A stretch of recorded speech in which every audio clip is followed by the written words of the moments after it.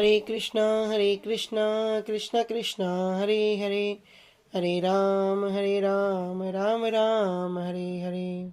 श्री गुरुदेव की अहेतु कृपा से हमारा जो ग्रंथ चल रहा है उसका नाम है श्री श्री चैतन्य चैतामृत।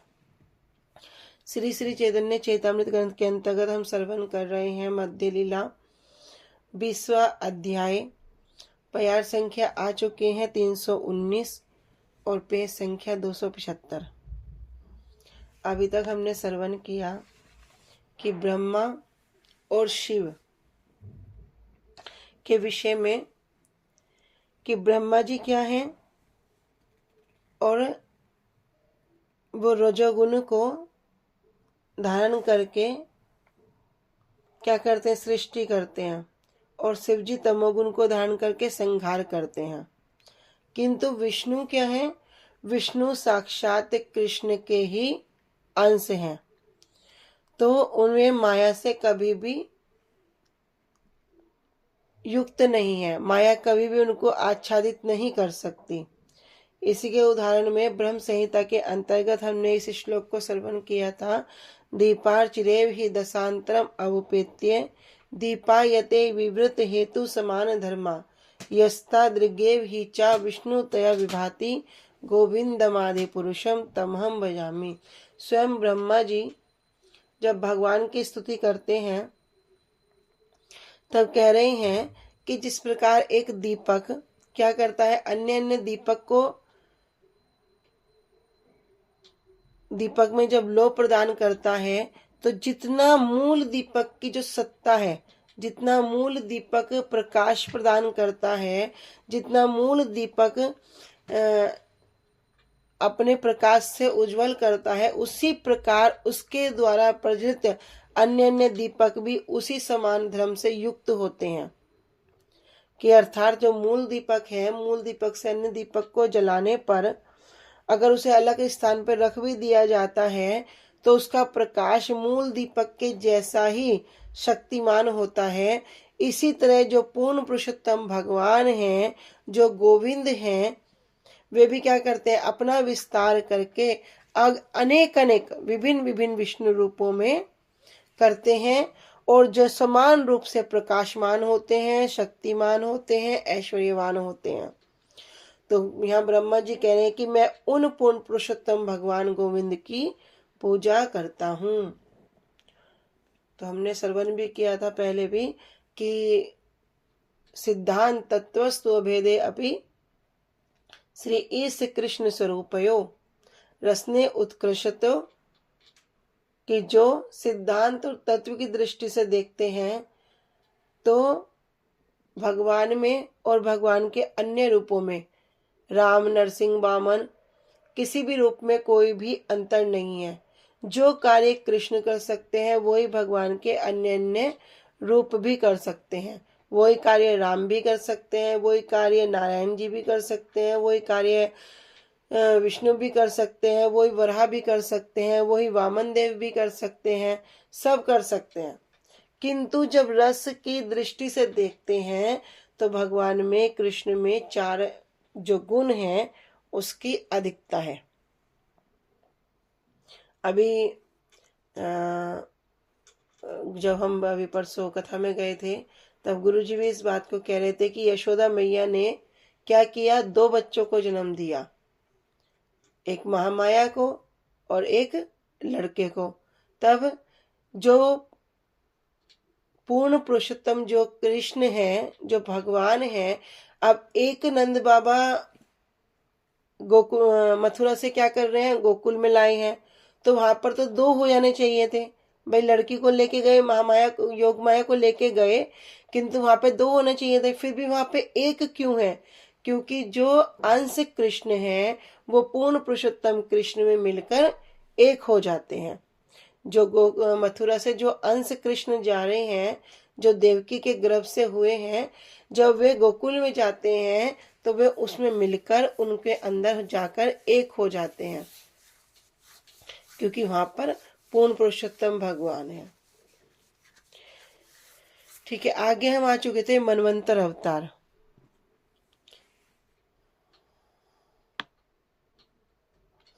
मनवंतर अवतार एबे सुन सनातन, असंख्य गणन तार सुना कारण। तो यहाँ पर श्रीमन महाप्रभु सनातन गोस्वामी पाद जी को जब ये सब तत्व विचार श्रवण करा रहे हैं तो कह रहे हैं मनवंतर अवतार एबे सुन सनातन, कि हे सनातन अब मनवंतर अवतार के विषय में श्रवण करो। असंख्य गणन तार, ये कैसे है? ये असंख्य हैं जिनकी सुनहा कारण, इनके कारण को श्रवण करो। तो हे सनातन अब मनवंतर अवतार के विषय में श्रवण करो। वे असंख्य हैं अर्थात जिनकी गणना नहीं की जा सकती।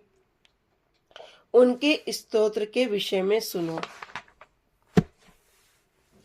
ब्रह्मार एक दिने है 14 मनवंतर, ए 14 अवतार ताहा करे न ईश्वर।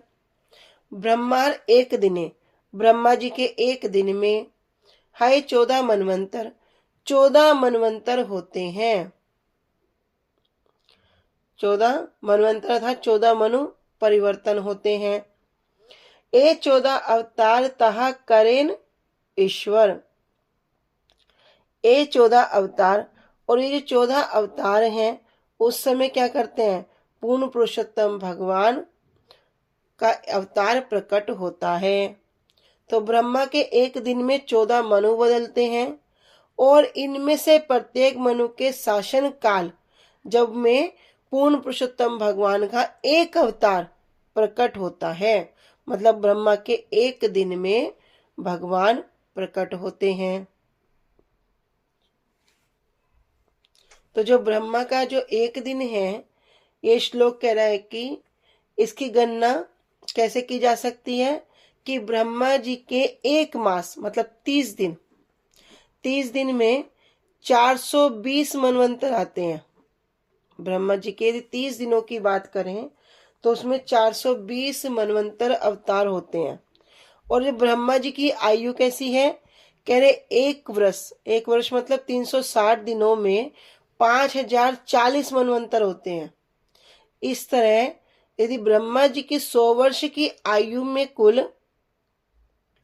5,04,000 मनवंतर आ जाएंगे। इसके अतिरिक्त जो मनु हैं उन मनुओं को भी जो पूर्ण पुरुषोत्तम भगवान के अंश अवतार माना जाता है। जो ये मनु है इनको भी क्या कहते हैं? भगवान का ही अवतार माना जाता है। कैसा अवतार? अंश अवतार। तो मनवंतर अवतार अर्थात ब्रह्मा के एक दिन में 14 मनवंतर होते हैं और उनमें 14 अवतार होते हैं। ब्रह्मा जी के एक मास में 420, एक वर्ष में 360 दिनों में 5040 और ब्रह्मा जी के जीवन में 5,40,000 मनवंतर अवतार होते हैं। सतेक वत्सर है जीवन ब्रह्मार, 5,40,000 मनवंतर अवतार। तो सतेक वत्सर कैसी आयु बता रहे ब्रह्मा जी की? 100 साल। उनकी क्या है? जीवन की जो अवधि है 5,40,000 और 5,04,000 मनवंतर अवतार अर्थात प्रत्येक मनु के जो जीवन काल में जो अवतार है तो उसकी यहाँ पर संख्या को वर्णन कर रहे हैं। लेकिन कह रहे हैं अनंत ब्रह्मांड एछे करह गणन, महाविष्णु एक श्वासे बाहर ब्रह्मार जीवन। कह रहे अनंत ब्रह्मांडे, अनंत ब्रह्मांड को क्या करते हैं? जो भगवान जो महाविष्णु हैं एछे करह गणन, इस प्रकार अगर यदि गिनने का प्रयास करें तो महाविष्णु एक श्वासे ब्रह्मार जीवन। तो इस प्रकार तो यदि भगवान महाविष्णु क्या करेंगे? एक श्वास लेंगे तो सारे के सारे ब्रह्मांड क्या होंगे? उनके अंदर चले जाएंगे। तो एक श्वास ही रह गया, एक श्वास में ही उनकी क्या हो गई? एक श्वास ही उनका जीवन रह गया। कह रहे यह तो मैंने केवल एक ब्रह्मांड में मनवंतर के अवतारों की गणना बतलाई है, यदि इस प्रकार अनंत ब्रह्मांडों में होने वाले ऐसे अवतारों की गणना की कल्पना करो, तब क्या है, जो कारणोदशाही महाविष्णु है, एक सांस छोड़ने से और सांस ग्रहण करने तक जो समय है, यही क्या है, इतने समय तक वे ब्रह्मा और वो ब्रह्मांड रहते हैं। जब महाविष्णु क्या करते हैं, एक श्वास लेते हैं तो अनंत ब्रह्मांड जो है उनके अंदर विलीन हो जाते हैं, और जब श्वास छोड़ते हैं फिर से उनकी उत्पत्ति हो जाती है। तो कह रहे इस प्रकार यदि गणना करें तब क्या होगा, तब तो कारणोदशाही जो महाविष्णु है, एक सांस ग्रहण करने के समय तक और क्या होगा, ब्रह्मा जी और ब्रह्मांड रहते हैं, बस उनके एक सांस का सब काम है। यहाँ तो इतनी सारी हम गणना को श्रवण कर रहे हैं कि 100 साल, फिर ये मनवंतर, फिर ये मनु, फिर ये दिन, फिर ये रात, फिर ये कल्प, किंतु अगर संक्षेप में विचार किया जाए तो कह रहे भैया एक सांस में ही, अगर महाविष्णु एक सांस लेंगे तो ब्रह्मा जी भी और सब ब्रह्मांड भी उनके अंदर विलीन हो जाएंगे, और जब एक श्वास को छोड़ेंगे तब फिर से उनकी उत्पत्ति हो जाएगी। महाविष्णु निश्वासेर नाहिक पर्यंत एक मनवंतर अवतारेर देख लेखा अंत। महाविष्णु भगवान महाविष्णु के निश्वासेर, निश्वास की, नाहिक पर्यंत, कह रहे भैया नाहिक पर्यंत कोई भी सीमा नहीं है। एक मनवंतर अवतारेर, मनवंतर अवतार नामक भगवान के केवल एक ही लक्षण का देख लेखार अंत, जरा देखो क्या है, उनके लिखने की शक्ति से भी परे है। अभी यहाँ वर्णन कर दिया कि इस प्रकार से ब्रह्मा जी का एक दिन, इस प्रकार से उनकी आयु के 100 साल, इस प्रकार से उनका एक कल्प, कह रहे इसकी भी जो लिखने की जो शक्ति है इससे भी परे है। जब महाविष्णु की जो श्वास है उनकी कोई सीमा नहीं है, कह रहे जरा देखो ना, केवल मनवंतर अवतारों को बतलाना या लिखना कितना दुष्कर है, कितना कठिन है। तो 14 मनवंतरों के आगे नाम को श्रवण कर रहे हैं। स्वयंभुवे यज्ञ स्वरोचि से विभु नाम, उत्तमे सत्यसेन ताम से हरि अभिधान।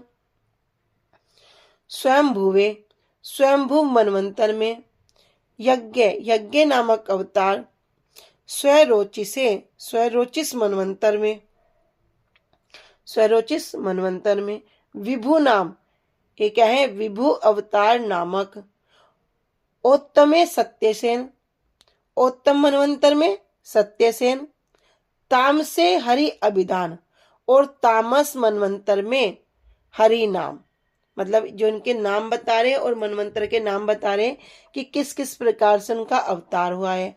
स्वयंभू मनवंतर में यज्ञ नामक अवतार हुआ है, स्वरोचिस मनवंतर में विभु अवतार है, उत्तमे मनवंतर में सत्यसेन नामक अवतार है, और तामस मनवंतर में हरि नामक अवतार है।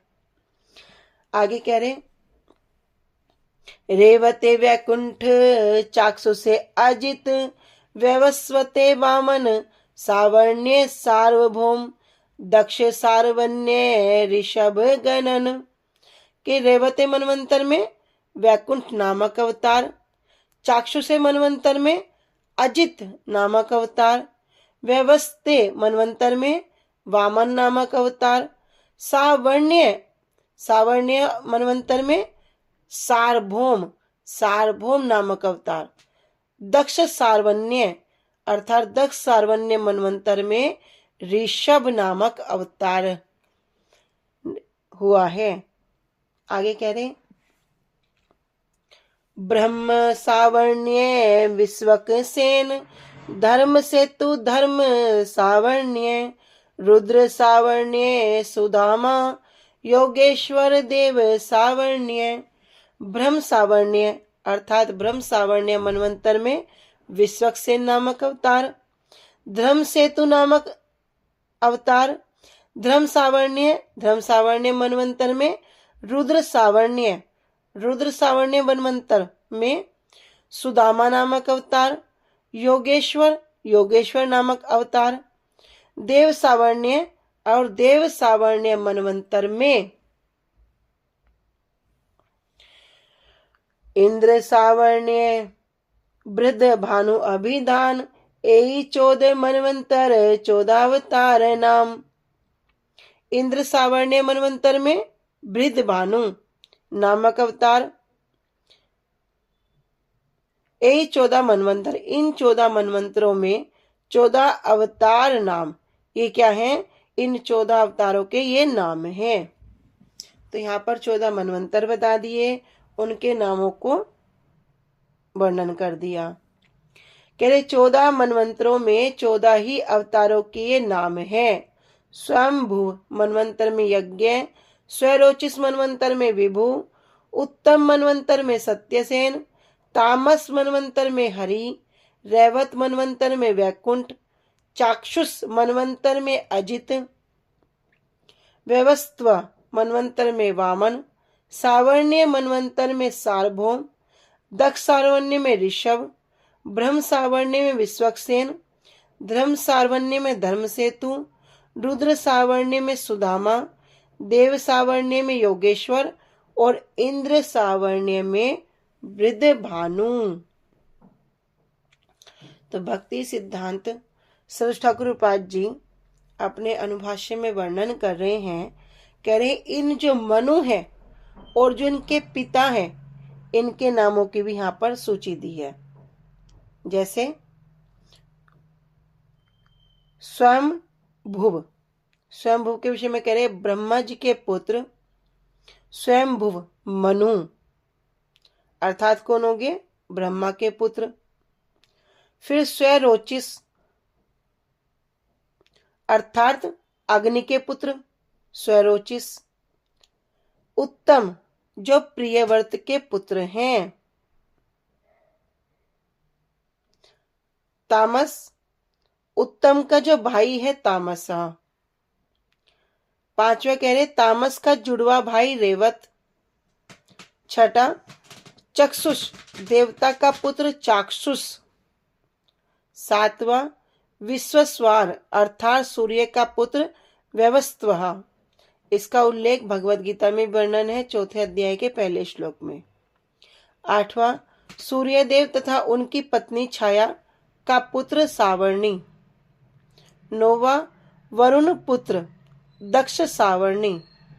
10वां उपश्लोक पुत्र ब्रह्म सावर्णी। और 11 से 14 कह रहे रुद्र, रुचि, सत्यसहा तथा भूति के पुत्र क्रम से रुद्र सावर्णी, धर्म सावर्णी, देव सावर्णी और इंद्र सावर्णी। इस प्रकार यहाँ वर्णन कर दिया कि ये सब क्या है, इनके जो संबंध हैं उनके विषय में भी यहाँ वर्णन कर दिया। युग अवतार एबे सुन सनातन, सत्य त्रेता द्वापर कली युगेरे गणन। अभी मनवंतर अवतार के बाद युग अवतार। महाप्रभु बता रहे हैं कि अब युग अवतार के विषय में श्रवण करो। सत्य युग, त्रेता युग, द्वापर युग और कलयुग, ये 4 युग हैं। शुक्ल रक्त कृष्ण पीत कर्मे 4 वर्ण, 4 वर्ण धरी कृष्ण करेन युग धर्म। तो शुक्ल अर्थात श्वेत, रक्त अर्थात लाल, कृष्ण पीत अर्थात कृष्ण वर्ण और पीत अर्थात पीला स्वर्ण जैसा। कर्मे 4 वर्ण, ये क्या है? एक के बाद दूसरा। 4 वर्ण धरी कृष्ण करेन युग धर्म, ये क्या करते हैं? इन 4 रंग को, इन 4 वर्ण को धारण करके भगवान कृष्ण विभिन्न विभिन्न युगों में अपनी लीलाएं करते हैं। तो सत्य, त्रेता, द्वापर और कली में क्रम से शुक्ल श्वेत, रक्त लाल, कृष्ण काला और पीत पीला वर्ण धारण करके श्री कृष्ण युग धर्म की स्थापना करते हैं। अनुभाष्य। सत्य युग में शुक्ल वर्ण युग अवतार, त्रेता युग में रक्त वर्ण युग अवतार, द्वापर युग में कृष्ण वर्ण युग अवतार और कल युग में पीत वर्ण युग अवतार। इन 4 प्रकार के वर्णों को धारण करके श्री कृष्ण युग अवतार धर्म की रक्षा करते हैं। तो 4 युग हो गए, सत्य, त्रेता, द्वापर, कली। इन चारों युग में भगवान का जो वर्ण है वो किस किस वर्ण के हैं, तो ये भी वर्णन कर दिया। और जो पीत वर्ण है, जो कलयुग में जो अवतार हैं, भगवान जो साक्षात रूप में अवतरित होते हैं, उसके विषय में जो प्रमाण है वो भी श्रीमद् भागवतम के अंतर्गत यहाँ वर्णन कर रहे हैं। कह रहे हैं, आसन वर्णास्त्रो ही अस्य घृतो अनुयुगम तनुः शुक्लो रक्तस्तथा पीत इदानीम कृष्णताम गता। तो जब गर्गाचार्य जी ने श्री नंद महाराज जी से कहते हैं, जब नामकरण संस्कार करते हैं, कह रहे तुम्हारे जो बालक है अन्य 3 युगों में शुक्ल, रक्त और पीत वर्ण धारण करता है। जब गर्गाचार्य जी कृष्ण जी का नामकरण करते हैं, वहां पर क्या कह रहे हैं नामकरण करते समय कि तुम्हारे जो बालक है ये कोई साधारण नहीं है, ये अन्य जो 3 युग है, चाहे वो सतयुग है, त्रेता युग है और कलयुग है, कह रहे उन तीनों युग में भी क्या करता है, शुक्ल, रक्त तथा पीत वर्ण को धारण करता है। और अभी कहाँ है, अभी द्वापर युग में है, तो इसलिए इदानीम कृष्णताम गता, इसलिए क्या किया इसने, कृष्णताम, कृष्ण वर्ण को धारण किया है।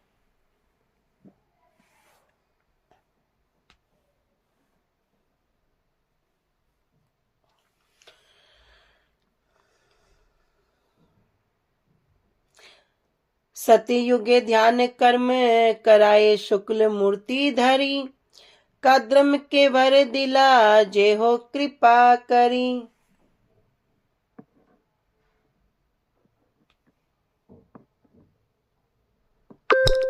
सतयुगे ध्यान कराए, सतयुग में जो नियम है, अब नियम को बता रहे हैं। नियम क्या है, सतयुग में धर्म ध्यान, धार्मिक नियम का और ध्यान करवाते हैं। शुक्ल मूर्तिधरी, शुक्ल में जब शुक्ल रूप में आते हैं तो क्या करते हैं, मूर्ति रूप में, विग्रह रूप में आते हैं। कद्रम के वर दिला जेहो कृपा करी, और कद्रम मुनि को वरदान देकर इन्होंने क्या किया, कृपा करी, अहेतु की कृपा पूर्वक उनको वरदान दिया, आशीर्वाद दिया। कृष्ण ध्यान करे लोक ज्ञान अधिकारी, त्रेतार धर्म यज्ञ कराए रक्त वर्ण धरी।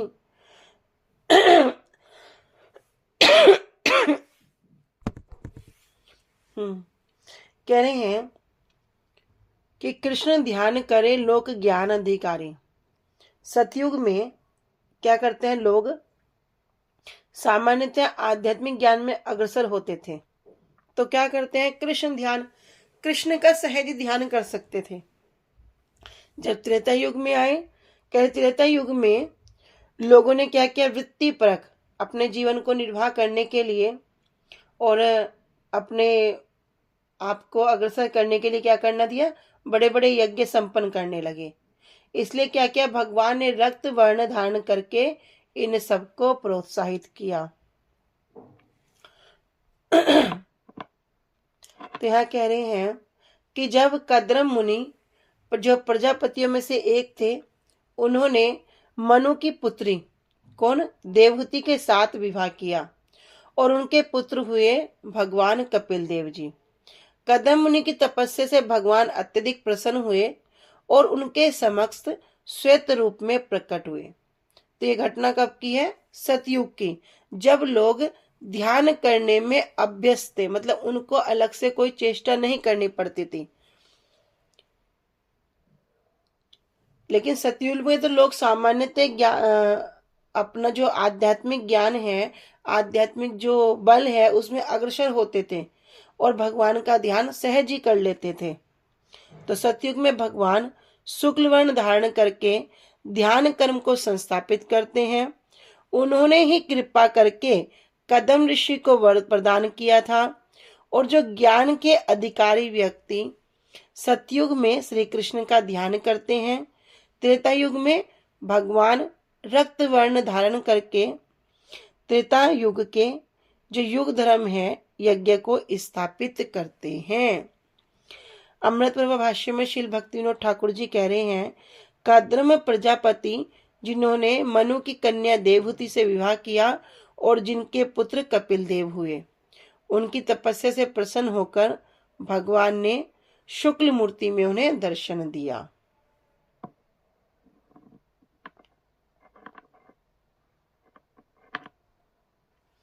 कह रहे हैं, कृते शुक्ल चतुर्बाहुर जटिल वल्क अंबर कृष्ण अजिन उपवीत अक्षान बिभ्रत दंड कमंडलु।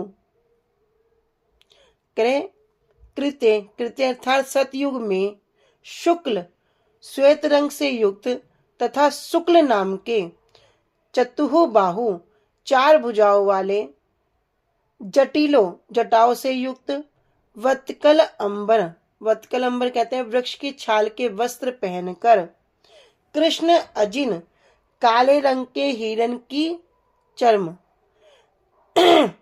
उपवित जनेऊ उपवित अर्थात जो जनेऊ है अक्षान जबकि मनकों की माला बिभ्रत दंड कमंडलू क्या करते हैं और दंड और कमंडल को धारण करके। तो सतयुग में भगवान का शरीर कैसा है? श्वेत रंग का था। उनके 4 हाथ थे तथा उनके सिर पर जटाजूट था। वृक्ष की छाल पहने थे और हिरण की जो चर्म है काला मृग चर्म को वे धारण किए थे।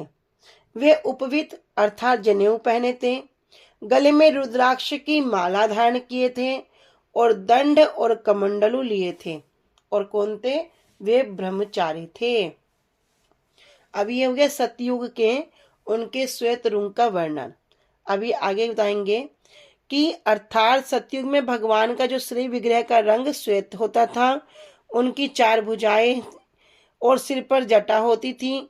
वे वल्कल का ही वस्त्र पहनते थे, काले मृग का चर्म, यज्ञोपवीत माला, दंड और कमंडल धारण करते थे और उनका वेश कैसा था? ब्रह्मचारी। अब त्रेता युग की बात करें, करे त्रेतायाम रक्त वर्णो असो चतुर्बाहु स्त्री मेखला हिरण्य के सत्म त्रियताम स्त्रुवक्तु वाद्युपलक्षण। त्रेतायाम अर्थात त्रेता युग में रक्त वर्ण लाल रंग के असो चतुर्बाहु असो अर्थात वे 4 भुजाओं वाले त्रिमेखला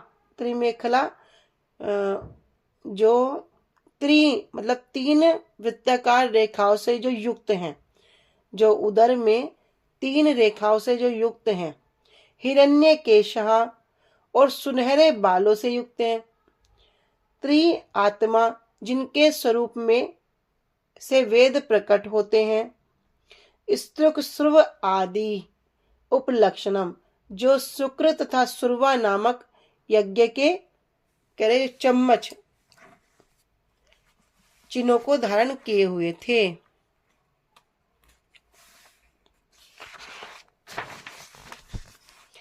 त्रेता युग में भगवान का विग्रह लाल रंग का होता है।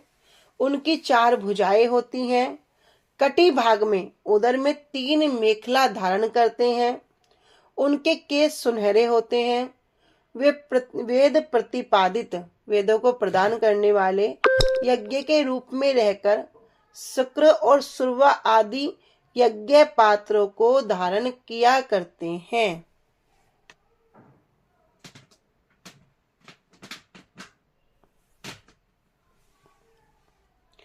यज्ञ पात्रों को अर्थात आदि चिन्हों को धारण किया करते हैं।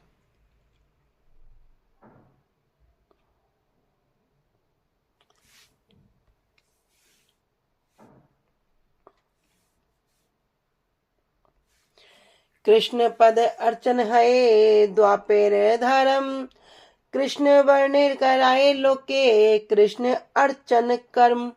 अब द्वापर युग का धर्म, सतयुग का ध्यान करना, त्रेता युग का यज्ञ करना, और अब द्वापर का विग्रह पूजा। कह रहे कि कृष्ण पद अर्चना, कह रहे भगवान कृष्ण के चरण कमलों का अर्चन करना, उनकी उपासना करना, उनकी पूजा करना। धाय द्वापरेर धर्म, यही द्वापर युग का धर्म है।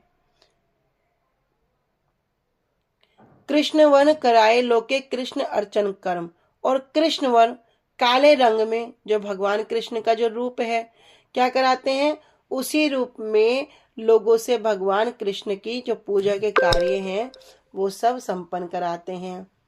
तो द्वापर युग का धर्म श्री कृष्ण के चरणों का अर्चन करना है। भगवान द्वापर में श्री कृष्ण कृष्ण वर्ण धारण करके लोगों से क्या करते हैं, अपना अर्चन करवाते हैं। तो अपना अर्चन क्या करवा रहे हैं, अपनी पूजा प्रतिष्ठा के लिए या अपनी जय के लिए? नहीं, वो तो स्वतः ही जय है, जिससे हम सब लोगों की भी जय हो जाए, हम सब लोगों का भी कल्याण हो जाए। जैसे कि गुरु वैष्णव कृपा करके हम सबको सेवा प्रदान करते हैं। उनकी सेवा करने से उनका कल्याण नहीं होगा। अगर कोई विचार करे मैं सेवा कर रहा हूँ, मैंने बड़ा सेवा कर दिया, मैंने ये कर दिया, मैं तो बड़ा सेवा में वो करता हूँ, नहीं, सेवा करने से उनका कोई भला नहीं है। वो सेवा किस लिए दे रहे हैं, जिससे हम जैसे बद्धजीवों का कल्याण हो जाए। वो कृपा करके हमें अपनी सेवा दे रहे हैं। यद्यपि वैष्णव जन गुरुजन सब कुछ करने में सक्षम है, सब कुछ करने में, किंतु फिर भी क्या करते हैं, अगर वे हमें सेवा प्रदान नहीं करेंगे तो हमारा कल्याण किस प्रकार से होगा। इसलिए वे कृपा पूर्वक हम जैसो जीवों को भी सेवा में अग्रसर करते हैं, सेवा में लगाते हैं। जैसे कि कहते हैं ना कि हमारे अंदर कितने भी अवगुण क्यों ना भरे हो, यानी कि 99 के 99 दोष भी क्यों ना हो, जब भी वैष्णव जन गुरुवर क्या करेंगे, हमारे एक गुण को देखकर हमें सेवा में लगा देंगे। ये क्या है, वैष्णवता। वैष्णव जन तो वे कहिए जो पीर पराई जाने रे। भैया वैष्णव जन कौन है, जो पर दुख दुखी हैं, जिनको पता है ये जीव जन्मों जन्मों से क्या कर रहा है, बार बार जन्म ले रहा है, बार बार मर रहा है, बार बार कष्ट भोग रहा है, किंतु अब तक इसको यहाँ से निकालने का कोई उपाय नहीं मिला। अब तक ये यहाँ से नहीं निकल पाया, क्योंकि क्या कर रहा है, भोग भोग भोग भोग भोग। गुरुजी बताते ना, जन्मों जन्मों से यही तो करते आए हैं, और तो अलग कुछ नहीं किया। आहार निद्रा भय मैथुन से यही करते आए हैं, और इसी कारण अभी पूरा बल देकर पूरा चेष्टा पूर्वक हम क्या करते हैं, अपना हरि नाम करते हैं, पूरी चेष्टा पूर्वक हम कथा श्रवण करते हैं। क्योंकि जो और काम है ना, उसके लिए चेष्टा नहीं करनी पड़ती। खाना पीना सोना बच्चे पैदा करना, ये सब इनके से चेष्टा नहीं करनी पड़ती, ये तो हम पूरे अभ्यस्त हैं। कोई बोलो ये बना दो, वो कर दो, वहां जाना है, सुंदर तैयार होना है, कुछ भी काम क्यों ना हो संसार के, उनके लिए तो हम पूरा अभ्यस्त हैं। किंतु हमने जन्मों जन्म जो अपने व्यतीत कर दिए, और अब ये गुरु वैष्णव की कृपा से जो मनुष्य शरीर का चोला मिल गया, ये कपड़ा मिल गया, हम भजन में अभ्यस्त नहीं है। इसलिए क्या करना पड़ता है, पूरा जोर दे के, पूरा चेष्टा करके, समय निकाल के, तब जाके ये माला हाथ में पकड़ते हैं, तब जाके इन कानों से कथाएं सुनते हैं, तब जाके गुरु वैष्णवों के दर्शन के लिए ललायित होते हैं, बहुत चेष्टा से। अभी स्वाभाविक चेष्टा नहीं है, लेकिन संसार के जितने भी कार्य हैं, चाहे वो कोई भी कार्य है, क्योंकि उनमें हमारे जन्मों जन्मों के संस्कार हैं, जन्मों जन्मों की छाप पड़ी है, तो वो करने में हम बड़े अभ्यस्त हैं। किंतु गुरुजी कह रहे ना कि भैया अब क्या करो, अब जीवन भर प्रैक्टिस करो, अंत समय में यदि हमारा वो मुख से नाम का उच्चारण हो गया, तब क्या होगा, कल्याण हो जाएगा। अंत समय में जिसका स्मरण करेंगे शरीर त्यागते समय, फिर वैसा ही शरीर मिल जाएगा। तो अभी अपने आप को इतना अग्रसर करो, इतना अग्रसर करो कि कम से कम अगर जीवा पर आए तो गुरु वैष्णवों का नाम आ जाए।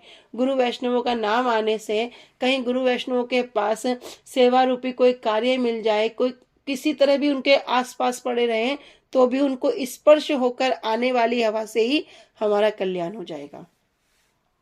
इसलिए जब गुरु वैष्णव सेवा देते हैं तो वे अपने भले के लिए सेवा नहीं दे रहे, अपनी जय के लिए सेवा नहीं दे रहे। वो क्यों दे रहे हैं?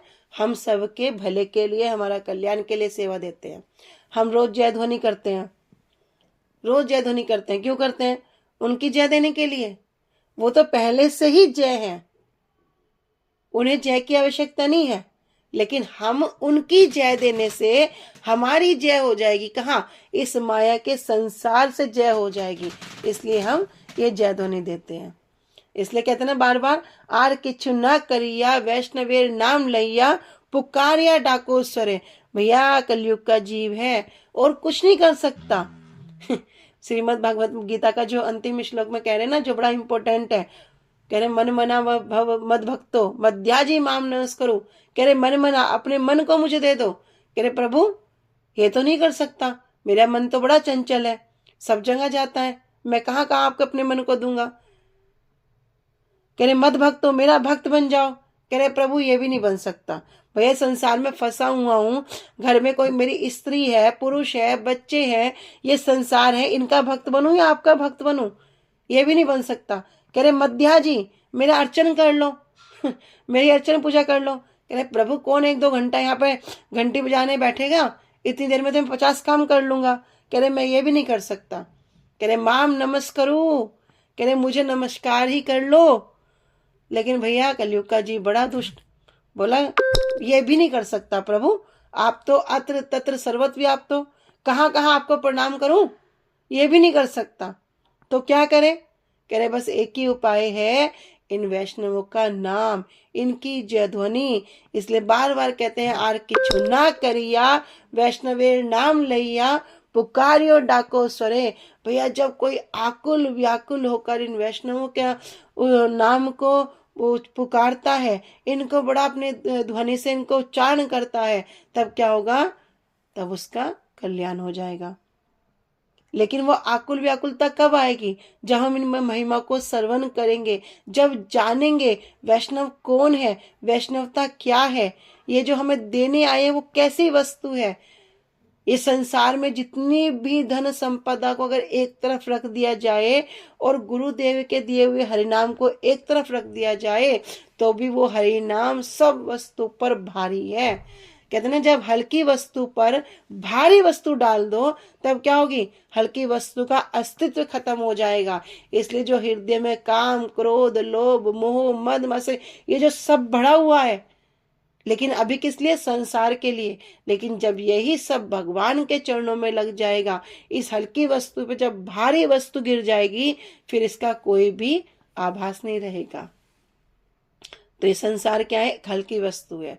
ये जितना भी हम ये माया का संसार में हम उलझे हुए हैं, ये सब क्या है? हल्की वस्तु है। गुरु शब्द का अर्थ क्या? गुरु शब्द का मतलब है वजनदार वस्तु।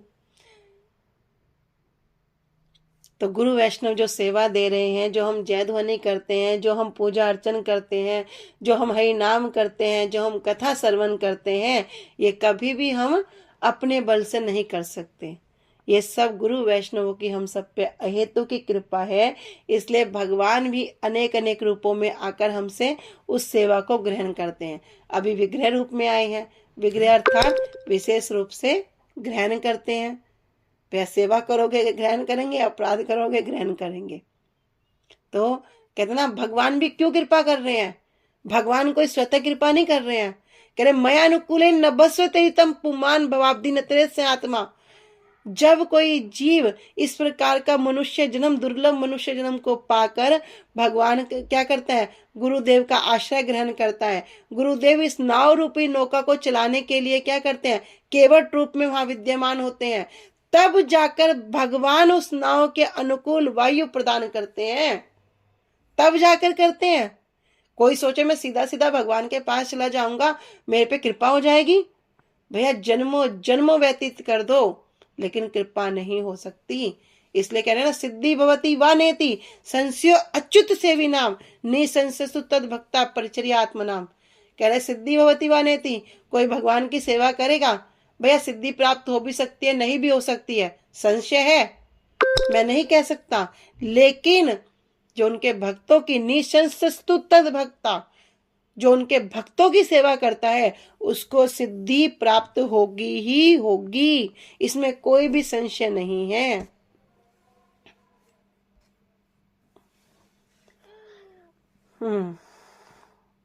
तो इसी प्रकार कह रहे हैं भगवान भी क्या कर रहे हैं, कृपा करते हैं।